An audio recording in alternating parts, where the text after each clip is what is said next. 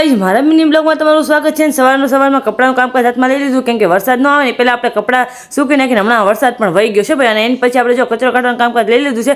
એક પછી એક કામકાજ લઈને તો જ થાય, નકર તો આપણે છે ને નવરાત ન થાય. અને છે ને રસોડાની લાદી માટે થોડું અલગ છે ને એટલે બેઠા બેઠા પોતા મારવા પડે છે કેમ કે ડાઘ મારે એમને રહી છે. અને આપણે કાલ જો મહેંદી મૂકી હતી ને એનો કલર કંઈક આ રીતનો આવ્યો છે. રેડી શેડી થઈને જાય છે આપણે મહાદેવના મંદિરે. મહાદેવ મંદિરના પગે લાગીને આવીને જો આપણે ઘરે આવી ગયા ને રસોઈ બનાવતા હતા. રાતે કાલ જો આપણે સિંગ બાફી હતી ને તો મેઘલા પડી છે ને થોડીક ખતમ કરી નાખું. તો આપણે જો રસોઈ બનાવતા સિંગ પેલા ખાવાનું કામકાજ પતાવીને હું કટર વટર ન કરું તો મને મજા ન આવે. અને બરાબર રસોઈ કરણી કરીને પતિ દેવા આવી ગયા તો બે બેસી ગયા જમવા. અને મને વળી હું ચસ્કો ચડ્યો તો મેં જોતો એક ચીરોટો ફટી દીધો. અને બપોર પછી છે ને મારી ફ્રેન્ડને મારી મહેંદી મૂકવાની હતી. તો જો આપણે પગમાં મહેંદી ઓછી મૂકવાની થાય છે એટલે થોડીક વારે લાગે. પગનો ઢાળી રીતનો હોય ને થોડુંક આમ કેવરાવે બી. અને બે સામે સામે મહેંદી આટી છે એટલે મેં પેલા હું તને મૂકી દઉં કે એને પગમાં મૂકવાની, મારે હાથમાં મૂકવાની હતી તો મેં પછી તું મને મૂકી દેજે. અને જો આપણે 1.5-2 કલાકે આપણે આને જો પગમાં મહેંદી મૂકી દીધી, તમને કેવી લાગી જરા કમેન્ટમાં કહી દેજો. પછી એણે મને હાથમાં મહેંદી મૂકી દીધી. અને જો એ મહેંદી મૂકતી હતી ને ત્યારે ઘરે જવાનું છું તો મારી છે ને મહેંદી થોડી ઘણી અધૂરી રહી ગઈ. તો જો આપણે અધૂરી મહેંદી મૂકીને જ મેં કામ ચલાવી લીધું છે. ને આપણે લસણ ફોલવાનું હતું તો હું લસણ ફોલું. સામે વાળા બા જો વાઈટનું રૂ કાઢે છે. અને મારા પતિદેવ મારી માટે છે ને હે ગિફ્ટ લાવ્યા છે, 2 જોડી કપડાં લેવા છે.